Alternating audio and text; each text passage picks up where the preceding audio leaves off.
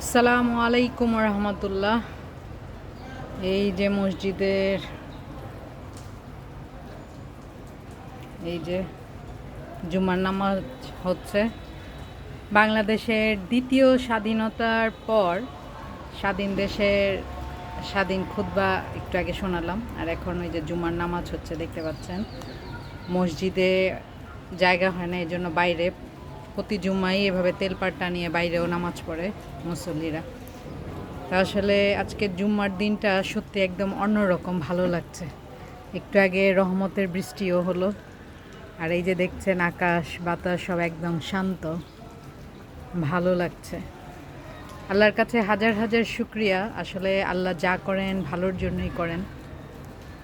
আমাদের একটু ধৈর্য ধারণ করে করতে মানে হবে সবসময় লাইফে। এখান থেকে শিক্ষা নেওয়া উচিত আমাদের সবাইকে,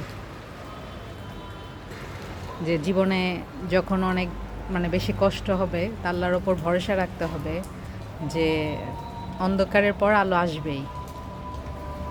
আল্লাহর ওপর ভরসা থাকলে এমন সুন্দর দিন দেখা যাবে রাত্রের পর। আল্লাহ তোমার দরবারে হাজার হাজার শুক্রিয়া সব কিছুর জন্য।